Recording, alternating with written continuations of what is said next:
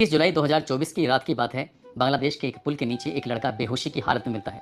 उस लड़के को उठाकर जब हॉस्पिटल लेके जाते हैं तो उसने कराहते हुए चीखते हुए बताया कि उसे बहुत ज़्यादा मारा गया। तब तक उसको मारते रहे जब तक कि वो बेहोश नहीं हो जाता। दरअसल जिन्होंने उसे मारा था, जिन्होंने उसे पीटा था, जिन्होंने उसकी से हालत बनाई थी, वो लोग कह रहे थे कि इसको मार डालते हैं। इतने सारे लोग मर रहे हैं, अगर एक और मर जाएगा तो क्या जाएगा। लेकिन कुछ लोगों ने कहा कि अगर ये मर गया तो देश में बवाल मच जाएगा। वो जिंदा था तब ज़्यादा बवाल मच गया, वो मर जाता तो शायद इतना बवाल नहीं मचता। न केवल उसकी वजह से सरकार गिर जाती है, बल्कि इस सरकार के गिरने की और उसके पीछे की जो वजह थी, पूरी दुनिया में इसकी गूंज फैल जाती है। फिलहाल बांग्लादेश की जो संसद थी वो भंग हो चुकी है। शेख हसीना इस्तीफा देकर दूसरे देशों में शरण मांगने की कोशिश कर रही हैं और एक नई सरकार यानी कि अंतरिम सरकार का गठन हो जाता है।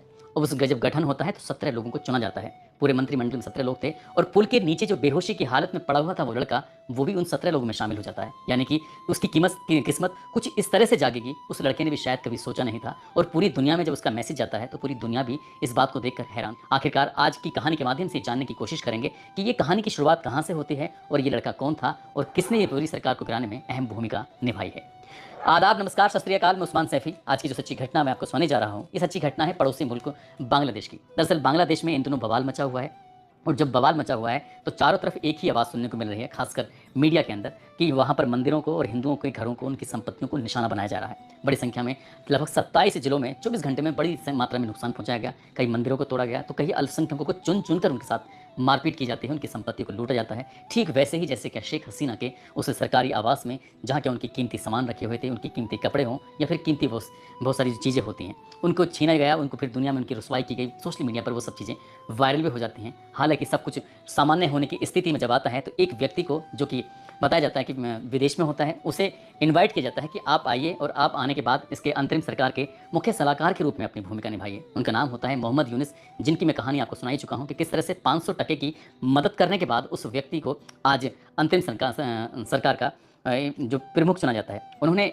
मीडिया में अपना बयान दिया और वो कहते हैं कि अगर मुझे अपने देश का नेतृत्व करने का भरोसा देते हो तो पहला कदम यह है कि लोगों पर, खासकर अल्पसंख्यकों पर सभी हमले बंद किए जाएं। यानी कि जो हिंदुओं पर वहाँ पर हमले हो रहे हैं, उन हमलों को हर हाल में बंद किया जाना चाहिए। इसके बिना मेरे प्रयास बेकार हैं और बेहतर होगा कि मैं पद छोड़ दूं। यानी कि उस व्यक्ति को साल 2007 में जो वहाँ की सेना होती है, सेना ने ऑफर दिया था, खुला ऑफर, कि आप देश पर राज करिए क्योंकि आप एक अच्छे व्यक्ति हैं। लेकिन उस व्यक्ति को जब दूसरी बार मौका दिया जाता है, दूसरी बार मौका मिलने के बाद वो व्यक्ति साफ साफ कहता है कि अगर किसी भी हिंदू पर हमला होता है तो वो इस पद से इस्तीफा दे देंगे। अब वो बांग्लादेश की जो नई अंतरिम सरकार है उसके मुख्य सलाहकार हैं। आखिरकार कहानी कहाँ से शुरू होती है, इसी पर चर्चा करते हैं।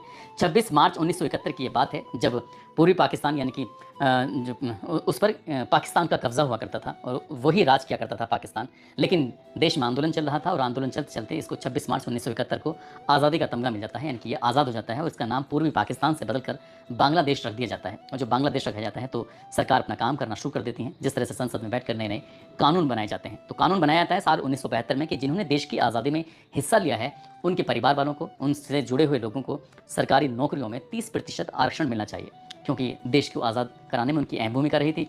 किसी को इस बात पर एतराज़ नहीं होता है और ये मामला आगे चलने लगता है। लेकिन जैसे जैसे वक्त आगे बढ़ रहा था वैसे वैसे विरोध में स्वर भी उठने लगते हैं। वो कहने लगते हैं कि इनके परिवार के लोगों को मिला तो मिला, अब उनके पोती पोते या उनसे भी जुड़े लोगों को ये लाभ मिलता रहेगा आरक्षण में, कोटे में, तो इसलिए ये खत्म होना चाहिए। और इस पर समय समय पर विरोध प्रदर्शन वगैरह होते रहते थे।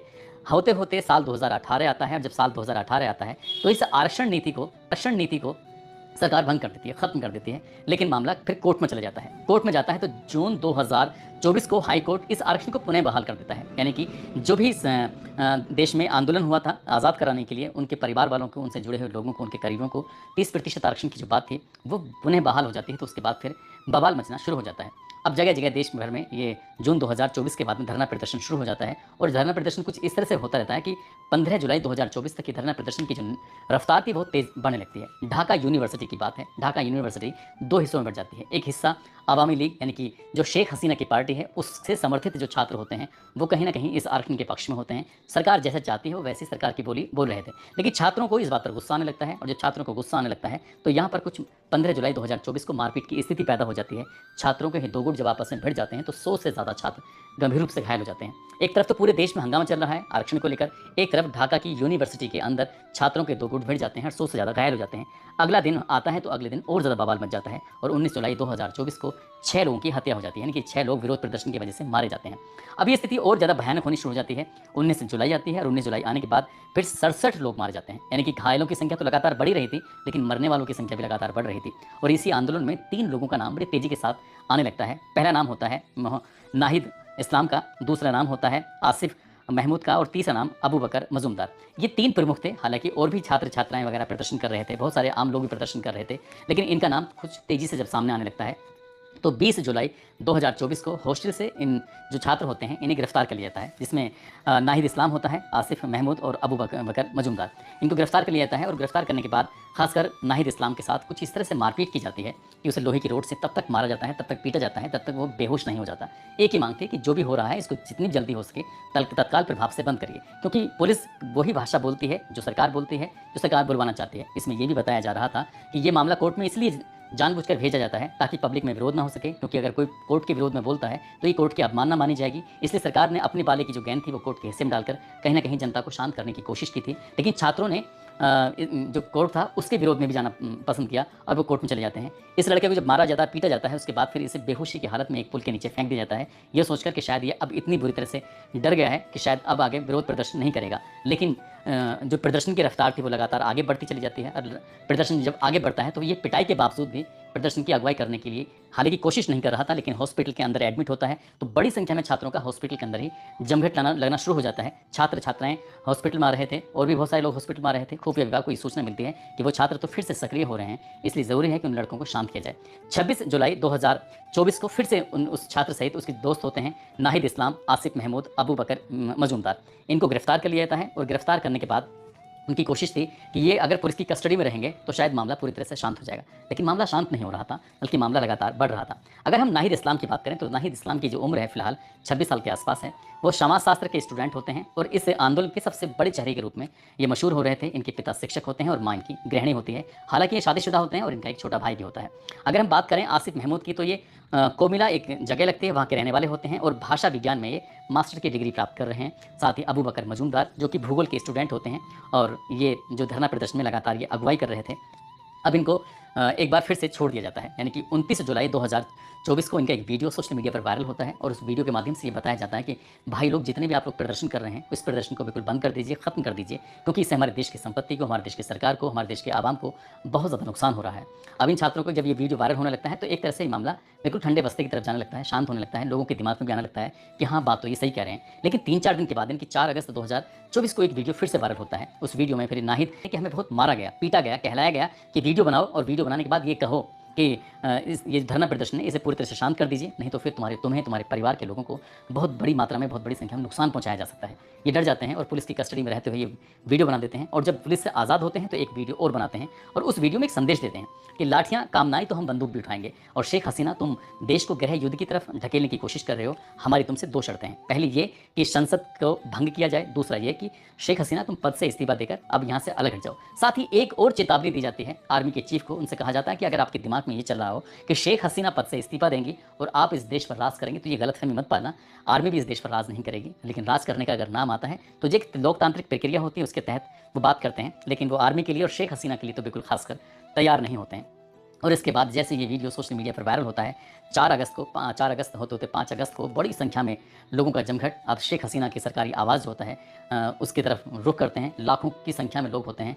अब ऐसी स्थिति में आर्मी चीफ शेख हसीना को 45 मिनट का समय देकर उनसे कहते हैं कि तुम यहाँ से चले जाओ, नहीं तो लोग तुम्हें नुकसान पहुँचा देंगे। और बाकी सचमुच नुकसान पहुँचा देते। उनका हेलीकॉप्टर उड़ता है और यूपी का गाजियाबाद एक जगह लगती है, जिला लगता है, उसी के पास एयरबेस हिंडन है, तो वहाँ पर जाकर उनका लैंड करता है हेलीकॉप्टर और उसके बाद फिर वो इंडिया में शरण लेती हैं। हालांकि दुनिया भर में वो मदद मांगती हैं कि आप मुझे अपने यहाँ पर शरण दे दीजिए, लेकिन कोई ना मुस्लिम कंट्री, ना लंदन, ना अमेरिका, कोई ने शायद उन्हें अपने यहाँ आसरा नहीं देता है। ऐसी बात चलती है। अब एक तरफ तो ये चीज़ चल रही थी, दूसरी तरफ लगातार बताया जाता है कि 23 दिन के अंदर 560 लोगों की मौत हो जाती है, हज़ारों की संख्या में घायल हो जाते हैं। और जब ये लगातार मारकाट चल रही थी, मारकाट के दौरान ही शेख हसीना भी यहाँ से चली जाती हैं। तो ऐसी स्थिति में मामला जरूर शांत होता है। शांत होने के बावजूद भी कुछ उपद्रवियों ने, कुछ अराजक तबके के लोगों ने ये जो अल्पसंख्यक होते हैं उनको निशाना बनाना शुरू कर दिया। हालांकि ये बताया जाता है कि जब ये धरना प्रदर्शन चल रहा था तो शेख हसीना ने धरना प्रदर्शन करने वालों को आतंकवादी घोषित कर दिया था कि तुम आतंकवादी हो, तुम रजाकार हो। रजाकार यानी कि उनको कहते हैं जो आज़ादी की लड़ाई में जो पाकिस्तान के साथ थे, इनका समर्थन कर रहे थे, शायद उनको उनको गद्दारी की श्रेणी में रखा जाता है। और इन्हीं लोगों को जो आरक्षण के विरोध में प्रदर्शन कर रहे थे उनको उसमें शामिल कर दिया जाता है। ऐसी स्थिति में एक तरफ जो बवाल मचता है, जो विरोध उठता है, वो शेख हसीना की तरफ चला जाता है, और दूसरा जो विरोध था, कुछ अराजक तत्व जो लोग थे वो मंदिरों को निशाना बनाने लगते हैं, हिंदुओं को निशाना बनाने लगते हैं। और इसी बीच में एक अंतरिम सरकार की मांग चलने लगती है, और जो यहाँ के चीफ होते हैं, आर्मी वाले होते हैं, एक ऐसे व्यक्ति का नाम सुझाते हैं जिस व्यक्ति को नोबेल पुरस्कार मिला होता है, जिसका नाम मोहम्मद यूनुस होता है। मोहम्मद यूनुस विदेश में थे, क्योंकि देश में रहते उन्होंने कई बैंक खोले, करोड़ों लोगों की मदद की, और उनका जो चेहरा था एक सोशल वर्क के रूप में, एक बैंकर के रूप में, करोड़ों लोगों की मदद के रूप में शामिल था। जब उनको बुलाया जाता है तो वो साफ साफ कहते हैं कि मैं आ तो जाऊँगा, लेकिन एक शर्त पर आऊँगा कि जिस तरह से अल्पसंख्यकों को निशाना बनाया जा रहा है, यदि उन्हें निशाना बनाना आप छोड़ देंगे तो शायद मैं आ जाऊँगा, यदि बनाते रहे तो मैं अपने पद से इस्तीफा दे दूँगा। ऐसी स्थिति में ये भारत के लिए भी वाकई खुशखबरी की बात है कि एक तरफ पूरे भारत में चिंता हो रही थी अल्पसंख्यकों को लेकर, हिंदुओं को लेकर, तो जिस तरह से ये मुख्य सलाहकार के रूप में एक तरह से प्रधानमंत्री की जितनी इस व्यक्ति को यानी कि मोहम्मद यूनुस को शक्ति ताकत मिल जाती हैं।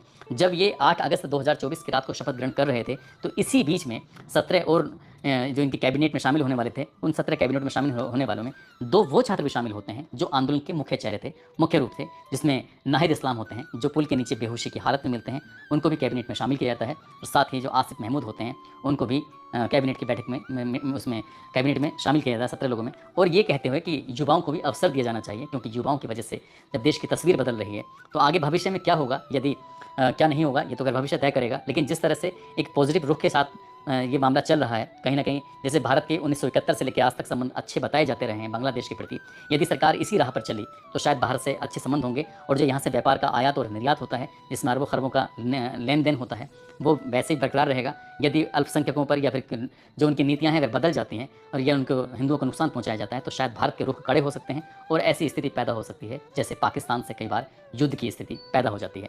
दोस्तों, इस पूरे घटनाक्रम को सुनाने का उद्देश्य किसी को परेशान करना नहीं है, किसी का दिल दुखाना नहीं है, बल्कि आपको जागरूक करना है, आपको सचेत करना है। और जाते जाते कुछ लोग